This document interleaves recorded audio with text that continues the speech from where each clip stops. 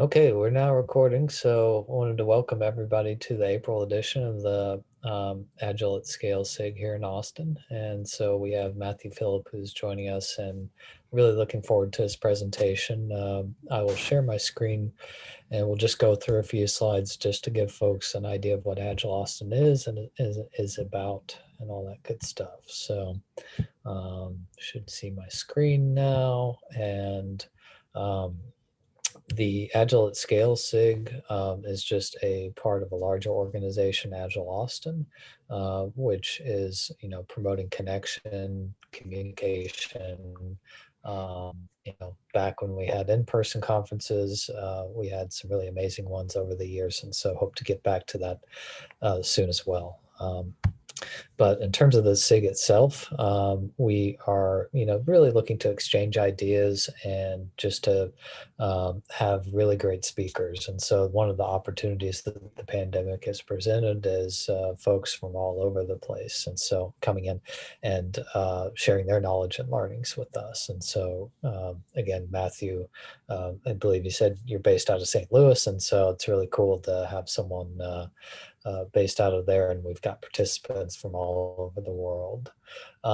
In terms of the facilitators, so Leland years ago, I kind of joined up out various things, including co-facilitating. And so you're welcome to connect with us on LinkedIn or reach out to us via email at our email addresses there. I'll share this deck out after the presentation.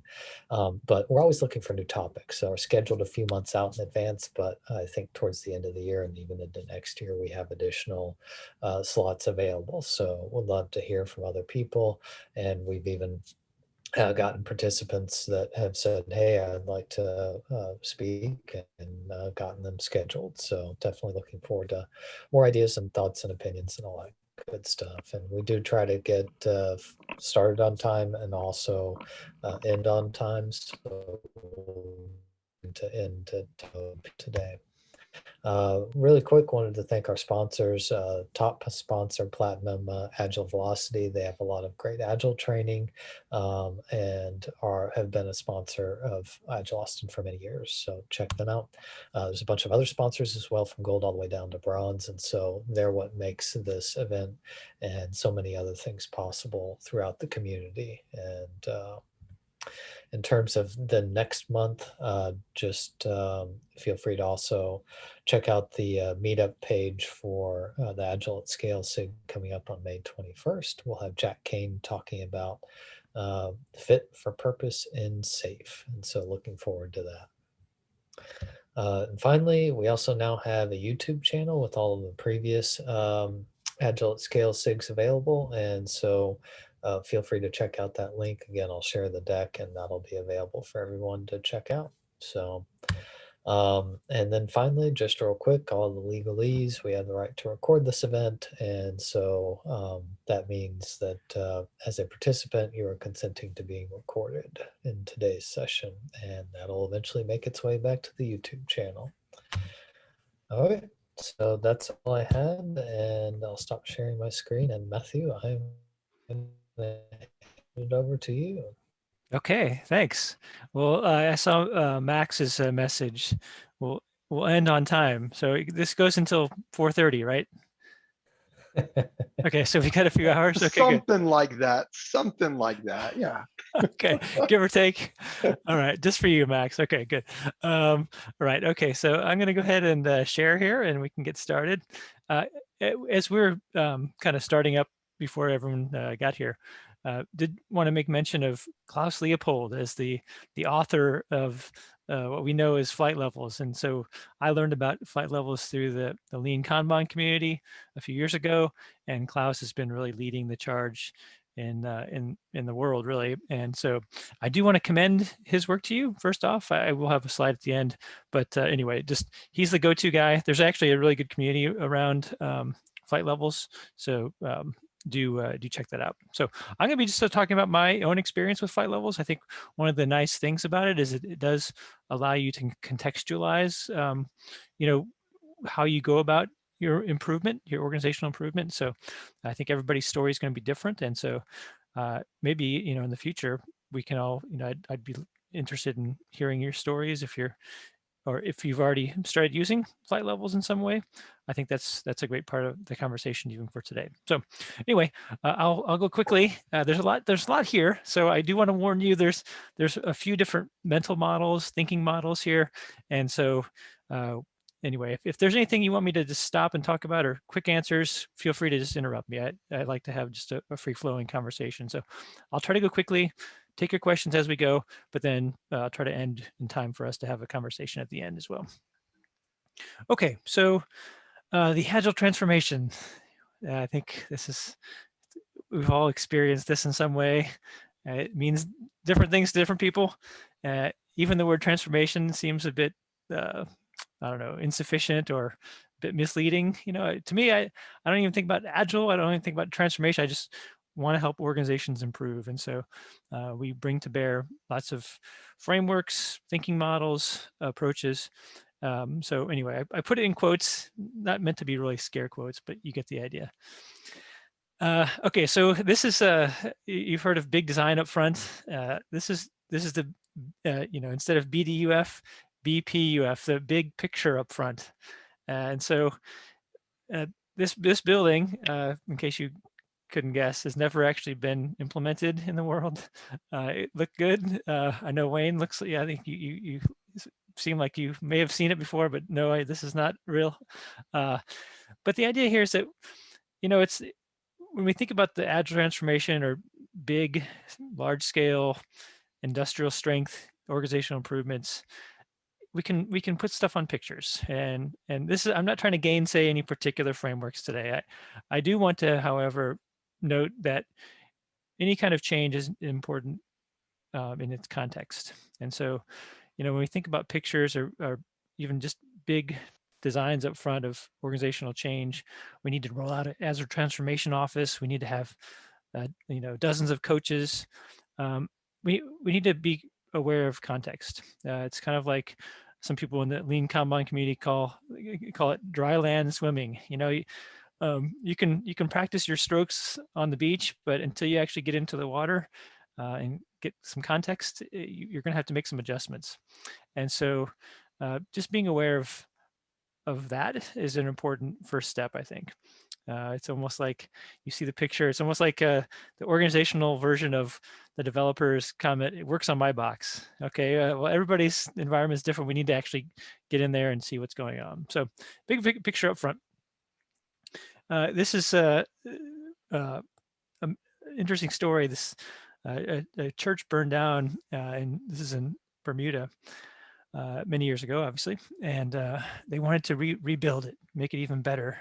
And so they had a great design. They hired a great architect, and brought that architect in. Had a great idea, and before they knew it, they had run out of money, and this is what we have today.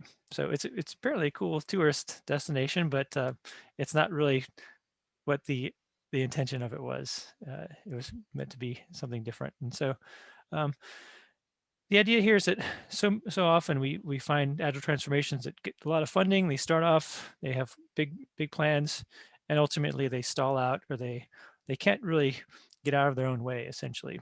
And so it just kind of dies on the vine. People leave, people get dissatisfied, and ultimately the outcomes are never really achieved.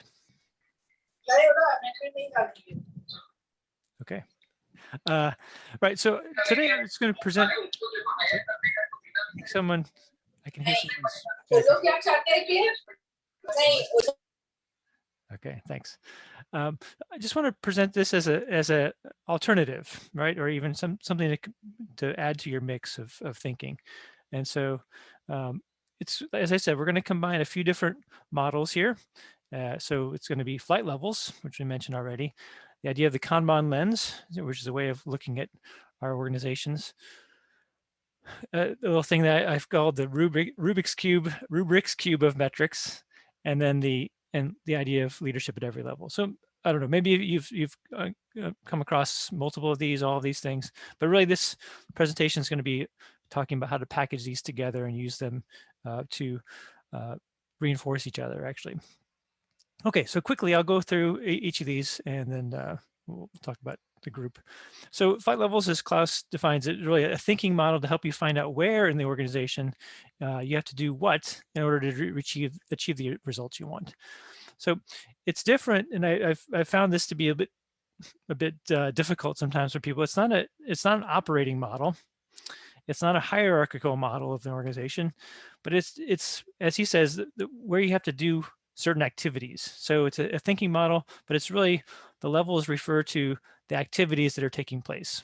And so it's an abstraction of those things. It's an abstraction of organizational hierarchies, abstraction of operating models. So it can work in any situation. It really comes from this idea of aligned autonomy. This, if you're familiar with even some of the old military literature around how do we help people work in VUCA environments where there's a lot of uncertainty, complexity, without having a command and control situation where we can't possibly be having the commander or the person at the highest level telling each individual person what to do, because everybody at the ground has the individual context, knows what's happening much more quickly, but needs to be able to make decisions based on the organizational vision and alignment. So it's coming from that school of thought, that approach to work, and the idea really working effectively in complexity. Right, so it's premised on this idea that we want to have leverage, and I'm actually working in this case just right now, actually, with my my current client. We've got 12,000 people in the IT organization, and we're going through Agile Transformation. Actually, there's multiple groups in the organization doing this, and it's like, well, we need a lot of coaches, right? We need like hundreds of coaches because we've got hundreds of teams, and I'm a coach. I have a coaching hat. I've been doing coaching and for a lot of my career, so I'm not opposed to coaches, but you see pretty quickly that hiring hundreds of coaches for an agile transformation is not a sustainable approach. So the question is, where do we have the most leverage? And so we can think at the team level, which is usually where this idea of agile transformation starts. We got to have all these agile teams. Okay, good, but that's going to require a lot of direct intervention, a lot of coaches, which we don't have the luxury of having all the time. We talk about the value streams. Different organizations, different models talk about value streams.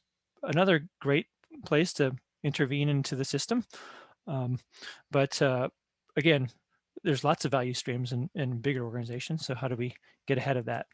And so the idea here is that really the way we have the most leverage is working at the strategy level and connecting everything that's going on at these other levels to strategy.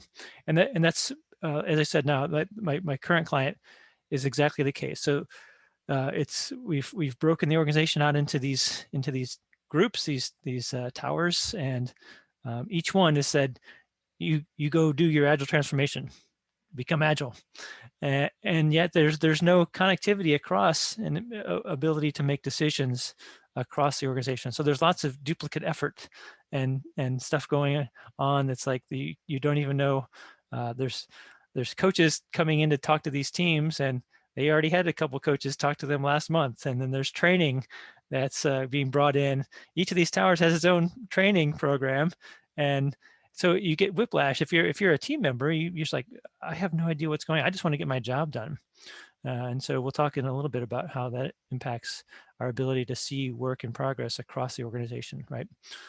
So anyway, so this is another quote from Klaus. Organizational agility is not about having many agile teams. It's about having agile interactions between the teams. And so we gain that power by looking at different levels higher than the team levels.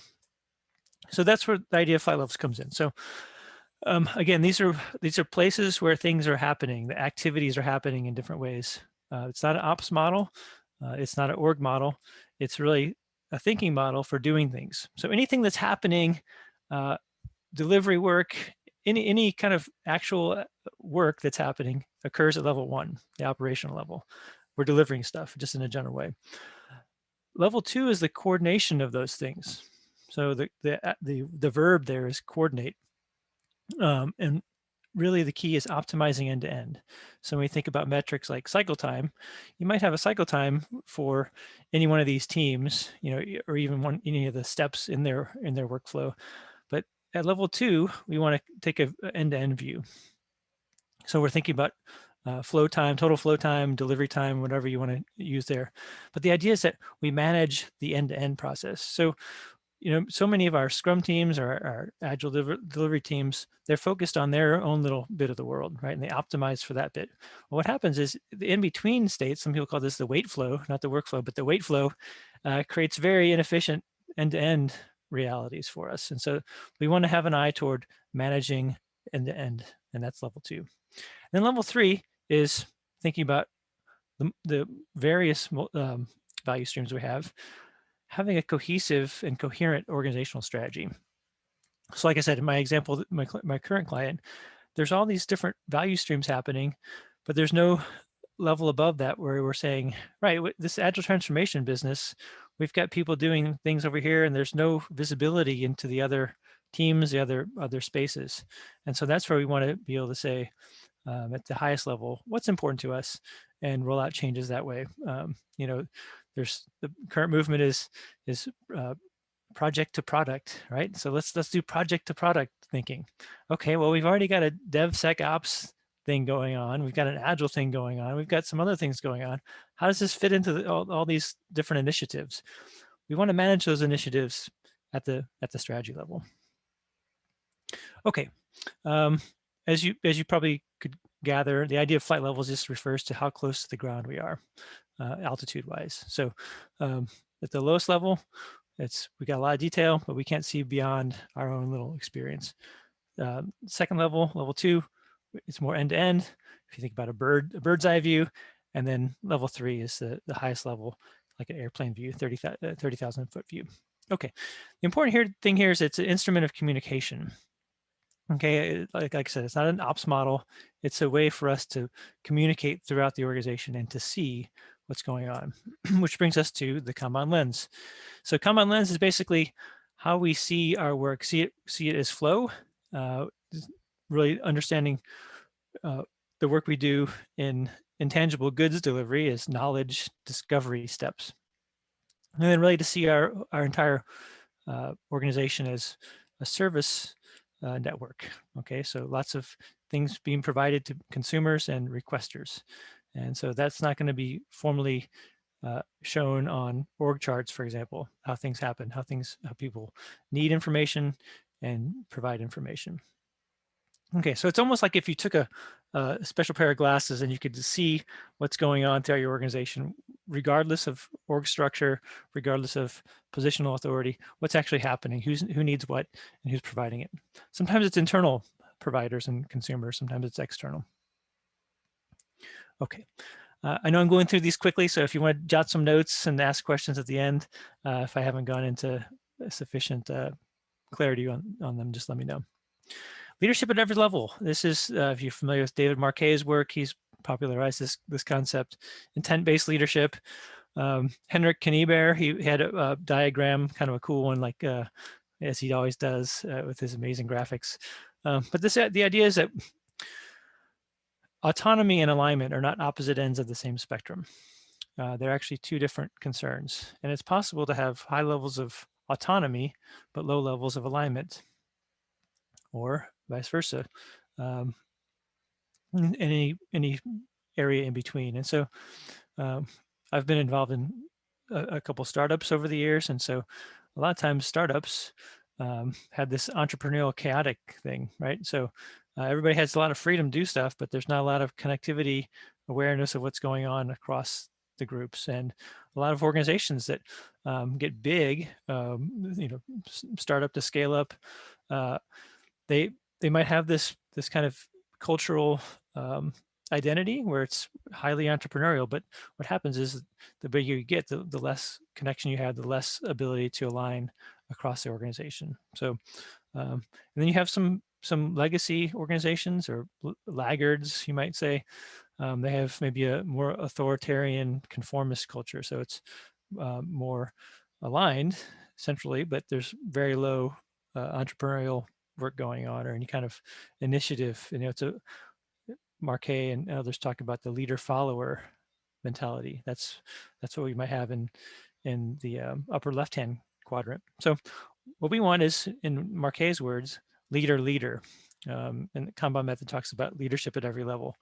So we want to strive for having high degrees of alignment as well as high degree of autonomy. So in the big things, we want to have alignment, and the small things are the more detailed things. We want to have high level of autonomy, because that's where decisions are made best by people who know.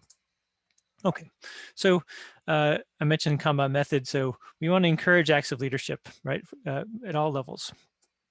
So this concept of leader follower, we want to turn that on its head and really allow people to make decisions, again, autonomously, but aligned toward our higher level vision. If we don't have a awareness of strategy or even level 2 coordination, we're not going to be able to trust people to make those decisions, because they're not going to be able to know. What do I do in a daily basis to carry forward our organizational mission? Do you know what your organization's mission is today? Could you act independently to fulfill that mission? It's a good question. Okay, and finally, the fourth bit of this overall thing that I'm presenting today is this idea of metrics. So a few years ago, I presented this idea of this two-dimensional model of perspective and delivery aspect. So this idea of there's an internal view and an external view of what we're delivering. And then there's also a service and product view. You might say that the how and the what. So a lot of organizations, believe it or not, you probably are in the same boat. You care just about as much as how it gets delivered. Is it on time? Is there a lot of it? Is it fast? That's all how concerns, as you care about what is being built, the product, right? And you should. So a lot of teams carry on with this product concerns, heedless of whether they're fit for purpose. And I know that's the topic for next month, so I hope to tune in next month, actually. But the idea of fitness for purpose of their service delivery. So this is a way for us to have a sense of looking at all four of those aspects. So that's your second quad chart for the day. Apologize, I'm probably like 2 over my limit, so sorry, Max. Okay, so the idea is that we're answering questions, right? This gives us a way to kind of just make sure that we're covering all the concerns of metrics that we need to. So is our team healthy? So, are people happy, engaged? Retrospectives, are they functioning? Is our product healthy? So internally, are we building it right? So the things on the left, again, have we built the things right? And then on the right is, have we built the right things? So is in terms of fitness for purpose language. So is our service delivery fit for its purpose? Are people expecting us to deliver faster? Are they expecting us to deliver less often sometimes? Is our product fit for its purpose? So is it the right product? So here's some just example metrics for each of these categories. We won't go into too much depth here, but you can kind of get the idea of what we're talking about. Internal versus external, service and the how, and then the what. Right, so combining this idea of these 2 dimensions with flight levels, then we have multiple levels of concerns now. And so we think about at the operation level, coordination level, and strategy level. So putting these all 3 together, we have a cube. Okay, so I've now transcended the limitations of the consultant's quad chart for you. So the idea is that we want to have coherence across all the things we're doing. So a lot of times we come up with teams and they're like, what's your velocity, right? So how is velocity connected to the highest level strategy of the organization? Do we have a way to connect those dots? And so the idea here is that we want to use flight levels to connect what makes us fit for our purpose, the outcomes, the measurable things that matter to us as an organization. So for example, we might have at the product, at the team level, or concerns like code coverage or mean time to restore. Good internal, have we built the thing right? We might care, as I mentioned earlier, end-to-end time, which is a coordination level concern. How long does it take for the concept of cache change to be made? That's in the upper right-hand corner. In the middle, and then like market share. is obviously, that's something that's going to have a longer feedback loop. And so as you kind of go deeper into this model, the feedback loops are longer as well. Okay, so here's an example of having some coherence between these things. So if we're looking at, have we built the right team? That's the question.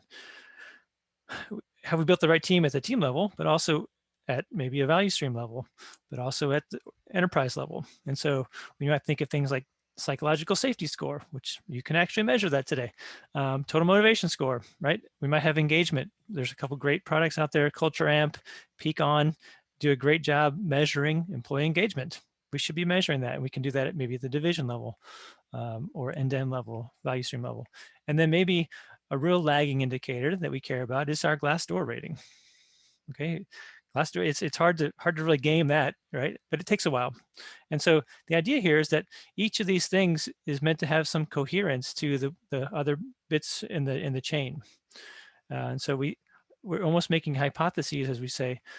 If we improve our individual teams' psychological safety, that will improve our engagement of our employees, and that in turn will improve our Glassdoor rating. And that might be a strategic investment for us. We might say we want to, as an organization, we want to hire the best people and retain the best people and develop the best people. And so that would be the strategic concern here. How do we do that? We invest in doing these things, an active engagement program. So, okay, right. So again, some of these common approaches, a lot of times we hear leaders, executives even saying some of these things like, how many teams are agile? Because they don't have any other way of assessing how the agile transformation is going. Why don't we get everyone on a standard tool?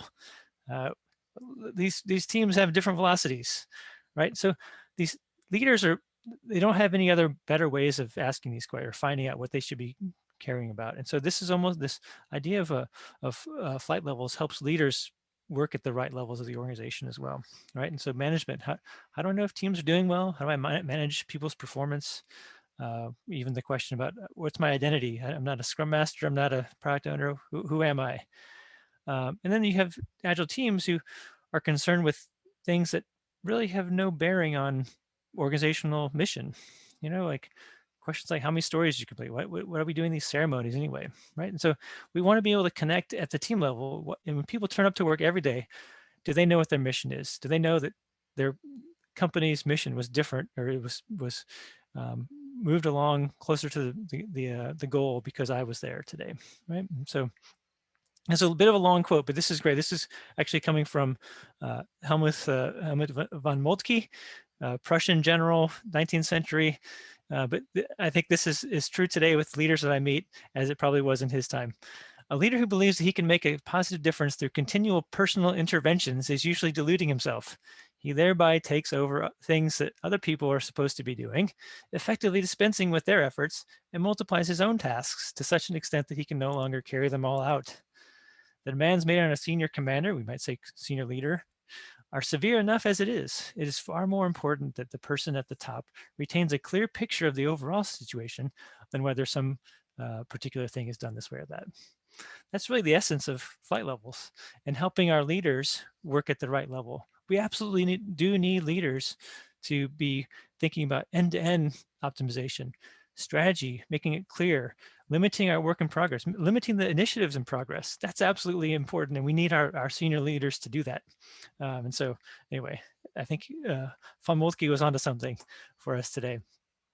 Okay, so just kind of putting it all together, some of the metrics, how it might look across the board here. So when we think about operational teams, the teams doing the work, again, they're going to have level 1 types of metrics, things like cycle time, right? They're going to be concerned about cycle time for themselves, but it's at the level 2 where we need to be thinking about things like end-to-end time. Mentioned the idea of employee engagement, value added work ratio. Is it really, I love this one, is basically what percentage of our work that's flowing through our system is of a certain type. Is it value adding new features? Is it technical debt, technical investment? Is defects, right? We can manage that at different levels. And of course, work in progress is actually something we'll see time and time again. Every organization I work with as a work in progress problem. And without levels 2 and 3, we don't have a way to visualize that, to make that visible. And so we can kind of see, as Klaus says, if you want to have the benefits of limiting work in progress, so you want to have faster time, speed to market, better throughput, more predictable delivery, you want to leverage at the highest level. You want to do that. You want to make that change at the highest level, and that's at the strategy level. So it's much better to be able to expect teams to manage their own WIP when you've not put so many different initiatives onto them. Again, I'm seeing that in my own client now, is that the CIO will make a request, let's do this thing now, but has no sense, and it's not because there's any bad intent there, but there's no visibility in the organization to see how much work is already in progress. And to know, if we start another initiative, that's just going to slow down all the existing things, right? We all know that from Little's Law, from team level work in progress management, but the same is true at the organization level. And so this gives a leverage point at the strategy level for us to do that. Okay, one more quote from Monkey. The higher level of the command, the shorter and more general the order should be. The next level down should add whatever further specification is necessary. The details or execution are left to verbal instructions or perhaps a word of command. This ensures everybody has freedom of movement and decision within the bounds of their authority. So again, we don't want to over-specify details, and this is why it's important to say what goes on at each of these levels and to be general enough with the metrics, to have long enough lead times for the metrics, or feedback times for the metrics, but really allowing people to make decisions within the bounds of their own authority. This is why I think it's often premature for organizations to really force some kind of standardized approach or standardized tool on the organization. Rather, let's figure out what we can do to alleviate some of the pain on our teams. And so oftentimes it's actually doing less. It's actually subtracting the amount of stuff we're doing in the Agile transformation. It's getting stuff out of the way of our teams so they can deliver. When we make a central decision about we need to have everybody on the same tool, what is the trade-off that we're making there? There's so much friction, there's so much pain that is involved in teams switching from tool to tool, especially when it changes every year, that it's actually, we're creating this kind of agile industrial complex of doing stuff. Everybody needs to be having the same team structure, the same size teams, the same roles. And we're not asking something like, what is it going to do for you? Or what can we do for you to make your lives easier to deliver the work? So if someone just the other day said to me, was complaining about how long it takes to provision a server. I think the number was like between 3 and 6 months to provision a server. And I just kind of shook my head, that's not great.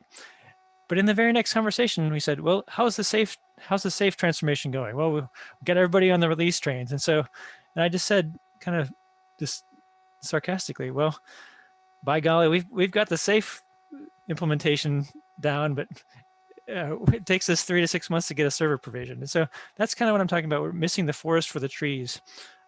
We want to be sensitive to our context, right? And again, this is not to gainsay any particular framework. It's just to say that we need to be thinking about what are we really doing when we introduce change of this magnitude.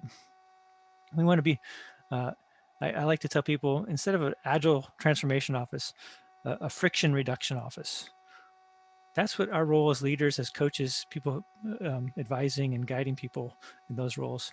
We want to encourage them to be a friction reducer. What can you do to reduce the pain, the burden on our teams? Because if our goal is really to deliver better, that's what we want to be thinking about.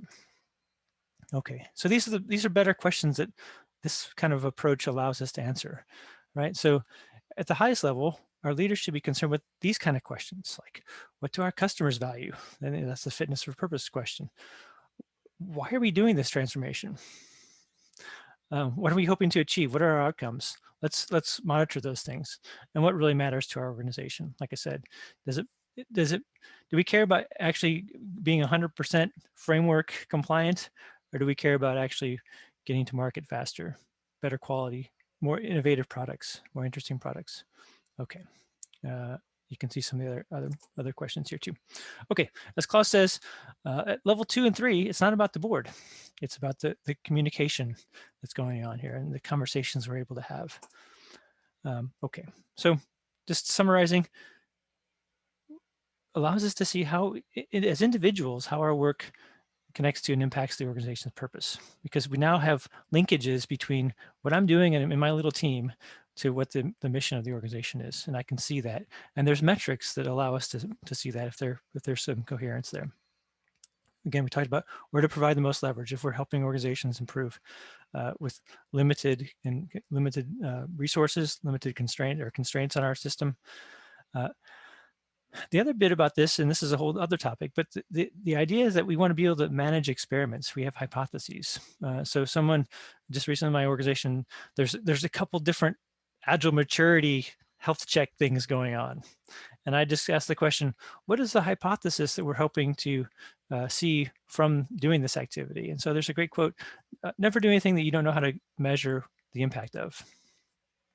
And I think if we're honest, a lot of the things we do, we just do them because we have hope, we have some confidence that it's going to achieve the end result that we want it to, whether it's product features or whether it's initiatives in the organization. Do we have any clue whether they're actually doing the things we intended? And that's the idea of managing with experiments. And so if you're going to be managing with experiments, you need to have some kind of measurement to know whether they're actually validating or not. Okay. And then talked about the idea of minimal amount of specificity, just enough to allow people to make good decisions that are aligned to the organization's highest purpose. Okay, so if you want to have some takeaways for tomorrow, or maybe not tomorrow, hopefully you're not working on Saturday, but maybe Monday. So just modeling your services on flight levels. This is a really healthy, it can be a little bit painful, but really just at a high level, what's going on? How do we think about our value streams? How do we think about the different initiatives going on? It can be eye-opening actually, because this is where you start getting people out of their silos of excellence and seeing the whole picture. And you're just like, oh, you guys are doing Agile Transformation too? Well, we're doing one over here too. It's a little bit different. It's Agile, we're calling it Agile. You're calling it like DevOps over here. But what are we doing? Okay, agree on our goals, outcomes is thinking. And then this is identifying the metrics at the different levels. And it's good to have leading and lagging indicators. Making all the work visible. I call this the Marie Kondo method. You know, Marie Kondo tells you to put all your stuff out, and if you don't love it, you know, get rid of it. So make all the work visible. This is a very healthy, if painful, approach. And then making sure everything's connected. So asking the question, right, we're measuring, say, velocity. What does this connect to? Okay, if there's orphaned metrics, then you should probably discard them or use them to calibrate what's going on at the higher levels. And then using cadences to inspect and adapt. So I typically like Kanban method cadences, but again, use whatever is going on today and then use those to inspect and adapt. So some closing resources for you. Maybe I'll stop and see if there's any questions. Hopefully I haven't bored you all to tears. You haven't begun your weekend partying yet, but what thoughts? Anything come up for you? Yeah, go ahead. There's a lot of great questions in the chat, so I'll kind of start from the top. But Max was wondering if you could share any examples of strategy level goals. Yeah, that's a great question. And you did have a slide after that you shared it, like a strategy was maybe Glassdoor ratings that could improve. And so you did give those examples, which helped kind of put that in perspective. So I just tag on to that. I really like how, Matthew, you emphasize the fact of, from the quote from the Prussian general, give the ability to people down in the trenches to make their decisions. And you think that that was something that was quoted 200 years back and has been practiced a lot of times, and we still struggle. Like, everybody has to be on the same tool. Everybody has to go through the same release management process or change management, and that just happens all the time. Yeah. And breaking that mindset, I like how you phrase the reduction focus. Like, how can you reduce the friction and everything? that would be a whole nice presentation in itself, because I struggle with that every time I coach at an enterprise tier. I just struggle with that with Yeah. leaders. Yeah, that's a great point, Max. I mean, I think you're right. It's like, I think we just have this inherited thing, and especially for those of us who are coaches or consultants who are brought in, people expect us to bring in all this like panoply of ideas and stuff, and they're almost disappointed if we don't tell them what tool to standardize on, or like how many coaches. I'm only going to bring a couple coaches with me. You're going to do an agile transformation with like 3 coaches? What are you talking about? It's like, we need a learning program. We need all this. No, we just need to get out of the way of people. Like, let me talk to your leaders and say, you guys just go golfing or whatever you do. Stop mandating all these new initiatives. Like, And don't ask for a status report or a 25 PowerPoint slide every week or whatever. yeah, exactly right. Yeah. Thank you. Amen. Amen. Hey, Max. So when I work with C-suite folks, they're always asking for metrics and certain, standard reports. And how do you do that and provide those information to C-suite executives without standard tool? Mm-hmm.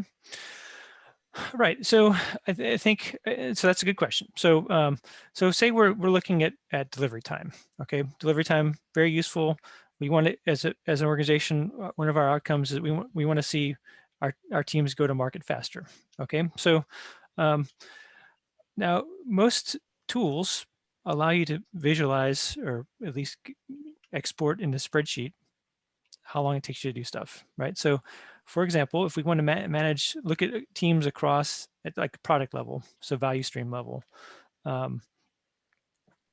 teams can provide that information. All you need is a pair of dates, right? And so you don't need, you might be using Jira, I might be using Azure DevOps, you might be using Trello. I love Kanban. I'll make a case for Kanban. But all we really need, and this is the role of the leaders at that level too, is to specify, and again, this goes back to FOMOLKI, specify what it is we need. We don't need standard tools. We need standard information. Okay, so however you get that information is up to you. And I'm not going to impose extra work on you by making you change your process. Now, maybe at some point we decide, right, this is a better tool, we'll adopt this, but let the teams pull that change. So it's really, I tell people like at that level, I just need 2 pairs of, a pair of dates for all your work items. Can you give that to me in a CSV, right? And then maybe you've got some quant person, data person, maybe doesn't need a whole lot of experience. Can you put these things together in a scatter plot chart from a spreadsheet, and we can visualize that? I mean, there's some nice tools you can use to visualize that, but it doesn't require standardized tool set. Okay. Like I said, Yeah, it's standardized I'll data. think about it. Yeah, because that might be easy with a few teams, but at enterprise level, that might be harder. Yeah, and you're right. And like I said, I mean, I can see the point that at some point there's probably good tools for things, but when you're talking about scale and talking about introducing change and talking about what are the outcomes we really need, even the idea of like having the whole organization be able to see the metrics in one view is a secondary concern to the teams actually delivering faster. So it's a matter of keeping perspective on what's important in the organization. All right, thank you. Sure, yeah, that's a great question. We get it all the time, don't we? Thanks, Matthew. Then the next one in the chat, is aligned autonomy related to, or does it overlap with Cynefin? Oh, interesting. Ooh, I think I have an answer for that, but maybe I'll turn it back to whoever asked that question and get your thoughts on it. So that came from Sherry. Yeah. So Sherry, any thoughts? And if not, we will move on to the next question. Yeah, well, I can comment on it. I mean, Okay. Sorry, I went to the wrong slide. Cynefin, for those of you who don't know, is basically a way of thinking about our domain, our environment. So the idea of complexity, is it clear? Do we have ordered situations where the inputs are matching the outputs, and we can see that ahead of time, or is it something where we're working in complexity, where it's really the cause and effect, or the inputs and outputs are really observable only in hindsight?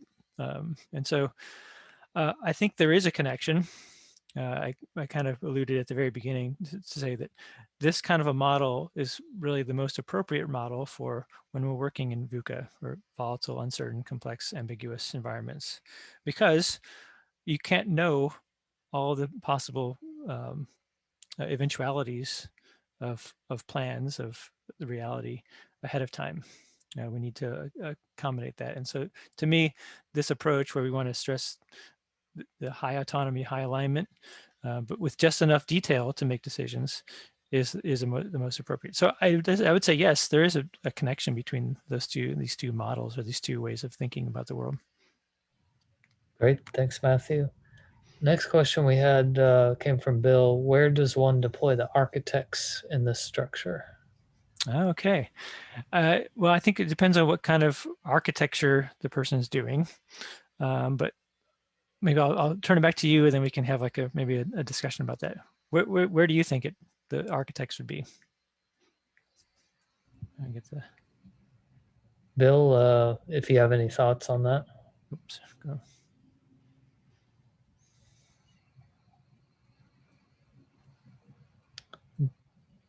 You're a mute, Bill, if you're speaking. Doesn't look like it, so. Okay. Yeah. Yeah, architects. So architects generally, in my experience, have a concern beyond just a team level, right? So, what are they trying to?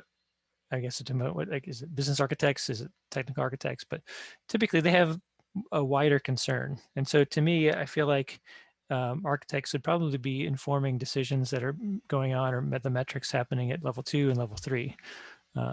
But I mean, you could maybe make a case that wherever they're working is level 1, but I would say level 2 or level 3.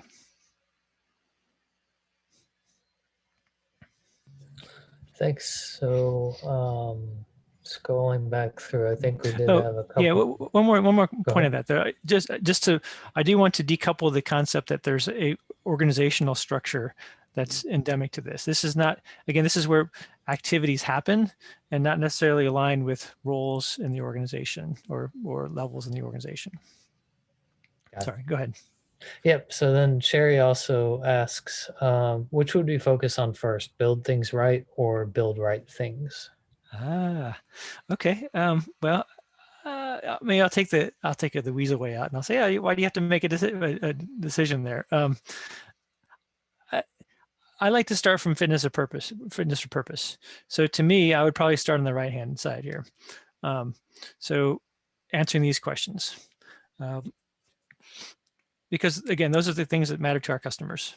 Now, the stuff on the left side, the internal view of health, should relate to the stuff on the right. But I would probably, if I did have to start somewhere, I would start on the right. How's that? I'll de-weasel myself. I'll actually give you a straight answer there. Okay, thanks, Matthew. Another question from Bill. I think there's a fourth dimension here in the era of the digital transformation and the diversity of technologies available. Is there any thinker going down that path? Ooh. Fourth dimension. You just blown my mind. It's like Friday. I can't even handle that. Well, whoever said that, can you say more? Okay, I found my unmute button. Just in time. Yeah, I've been aware of the system changing from taking on one challenge at a time to starting to put together, let's say, taking what you're doing and making it chatbot enabled or something. So you can build yourself a brand image of they've got that and the others don't. Sometimes it means bringing in another company to provide that kind of background. Mm-hmm. I think companies break apart and just go ahead and form another company sometimes, just to get there. The reason for an Austin crowd was that when Michael Dell came back to Dell, he bought up a couple of companies, one for data storage and one for virtualization at the time. It's become more the system management. Well, they just split the companies up again so they could go after other business. But this digital transformation, the big one, the digital transformation is adding is AI, ML. So you've got separate ML. That's how some organized. They have separate ML or AI teams rather that go back for what they want in the existing systems. So it's that. So what would you say that when you're thinking about the fourth dimension, what do you call that fourth dimension?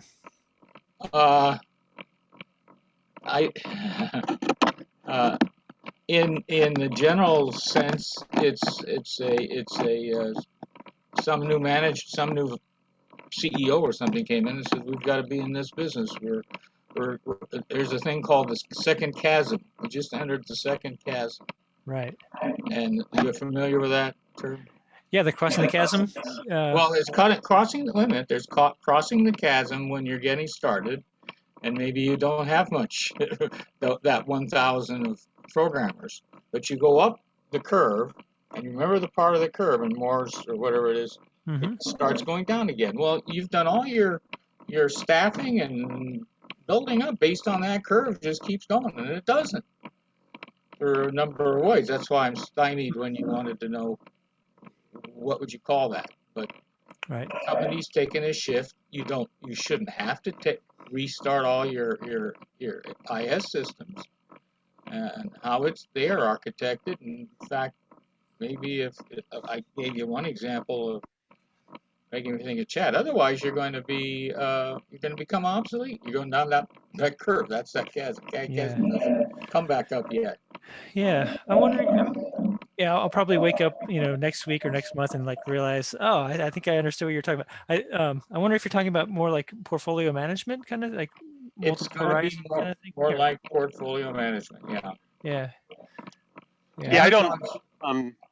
I don't associate that necessarily with digital transformation at all, that you've got to be working the multiple horizons anyway, that some things are going to be, approaching end of life, and you definitely want things coming in on their heels. You want to be chasing new business and everything else. I was, when you first said the transformation, I started thinking of, how many dimensions do you want to name? Because I can think of more. Yeah, I didn't, but I'm seeing so many of the big guys able to navigate that thing. And a couple of years ago, I think it was a whole different corporations, and now within some of them, the big Amazon's going after healthcare. It's I'm gonna get one closer. But Amazon's going to be delivery. It's more than just a separate was it Fire? What's the name of the delivery service? Prime. That's it. And they're going to be restructuring. That's you. I had also asked the question about the architect, the enterprise architect. Yep. I have a feeling that at that level will be around enterprise architects and perhaps whole new management teams. But they'll want to coordinate sort of like as a overlay back onto the cash cow. And thanks for that, Bill. Maybe I'll redo this talk in a couple months, and I'll have a fourth, or maybe even a fifth dimension. We'll see. I don't know, but I'll give that some thought. That's one of the challenges I see. Transformations become buzzwords. There's a safe transformation, the lean agile transformation, the digital transformation, and the one thing that's recurring is, you know what? I don't really care how you're labeling it this time around. 70% plus fail. And I was starting to think, okay, was there a dimension there that you're going after? Because in most cases, it comes down to organizational changeability. Can they become a learning organization? Mm-hmm. Because they will tend to sit where they are and struggle to transform unless they can have that kind of breakthrough. Right. Yep, that's a great point. Do we have time for one more, Ben? Or Oh yeah, we got 5 minutes left. So if anybody has one, either pop it into the chat or just ask right here.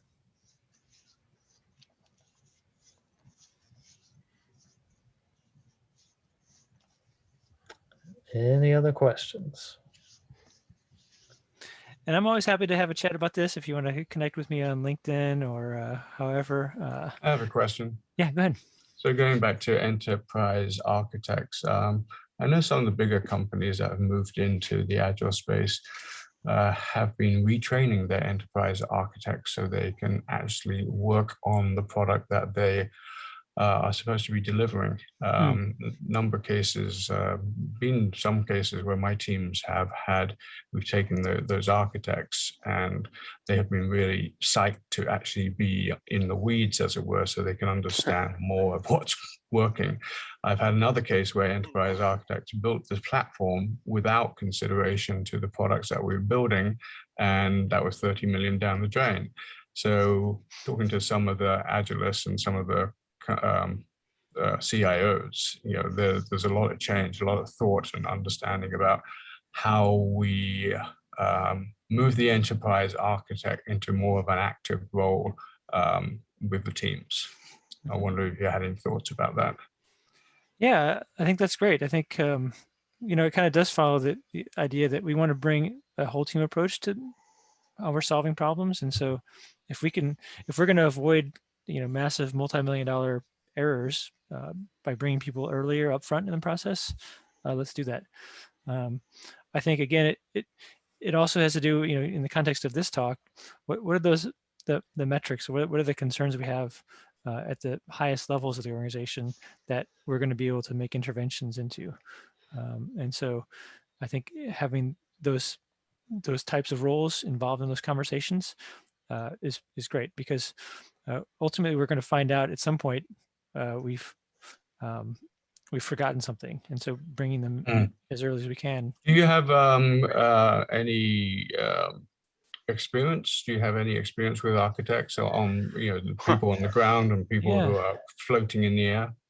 Yeah, well, actually, my current client, there's a separate enterprise architecture group, right? And so I think that's part of what I tongue-in-cheek call these silos of excellence, right? Because they get separated out. They have their own Agile transformation metrics, and why should we? They have a different set. We're trying to deliver better, and so that's where I really advocate for having a cross-functional organization, not just teams, but cross-functional organization.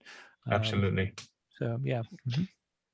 Thank you. And if I may just add very quickly, something that I saw and I'm experiencing now that works.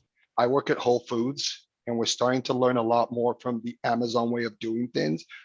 The architecture is just a function the team has to learn. So if you're a developer, you learn the architecture. You learn how to do it. So you don't have to depend on an architecture team. It's just a function of the work that the team does. So that team is capable of going at lightning speed and not having to wait, right? We will integrate with Alexa shopping lists and do all this because we own it. We own it. We own the architecture, development, testing, support, everything. And I think that more and more in the future, that might be something that just happens. The team is not really composed of roles, it's composed of functions. And people might wear 2-3 hats a day. So just the concept, because I've seen teams really go at lightning speed because of that mindset. Yep. You learn it. In that you don't case, know it, you learn it. In that case, you're going to need architects on the team to lift them up. And as I said, I've had architects on the team and they've been great. The other case is I've had teams learn DevOps and really sweet, moves very quickly. Yeah, you learn it. Yep. Yeah, it's just bringing people closer together, cross-functional. I think that's great. I mean, even in the context of Agile transformation, there's organizations that have the change management or the different silos of functional groups. the best Agile transformation team is just a bunch of people from all over those groups, right? And not, you don't just have a bunch of Agile coaches. You need people from across the organization. So great. It also makes it a lot more interesting, doesn't it? Yeah, for sure. Amen. Amen. Great discussion, guys, and we are at time, right on schedule. So Matthew, We end on time. Just for you, Max. Matthew, I really wanted to thank you for the excellent presentation. We'll follow up, get the slides from Matthew and share out that plus the recording. There's one unanswered question as well. I'll pass that along to you, Matthew, and then we'll follow up with that answer as well. So I wanted to thank everyone for their time. Really appreciate it. Great session, and have yourself a great weekend, and we'll see you next month. Thank you. Great stuff. Thank you for having me. All right. Thanks a lot, Matthew. See you. Bye. Bye.